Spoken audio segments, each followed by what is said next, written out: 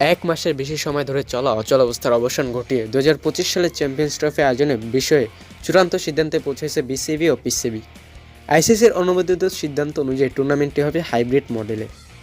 এই মডেলের অধীনে ভারতীয় দল পাকিস্তানে গিয়ে খেলবে না, বরং তাদের ম্যাচগুলো অনুষ্ঠিত হবে সংযুক্ত আরব আমিরাতের দুবাইতে। অন্যদিকে পিসিবির শর্ত অনুযায়ী 2026 সালে টি-20 বিশ্বকাপে পাকিস্তান দল ভারত সফরে যাবে না, পরিবর্তে পাকিস্তানের ম্যাচগুলো হবে শ্রীলঙ্কায়। ভারতের সংবাদ মাধ্যম টাইমস অব ইন্ডিয়া জানিয়েছে, বিসিসিআই ও পিসিবি হাইব্রিড মডেলের বিষয়ে একমত হয়েছে। এরই ধারাবাহিকতায় 2027 সাল পর্যন্ত পিসিবির শর্ত মেনে চলতে সম্মত হয়েছে আইসিসি।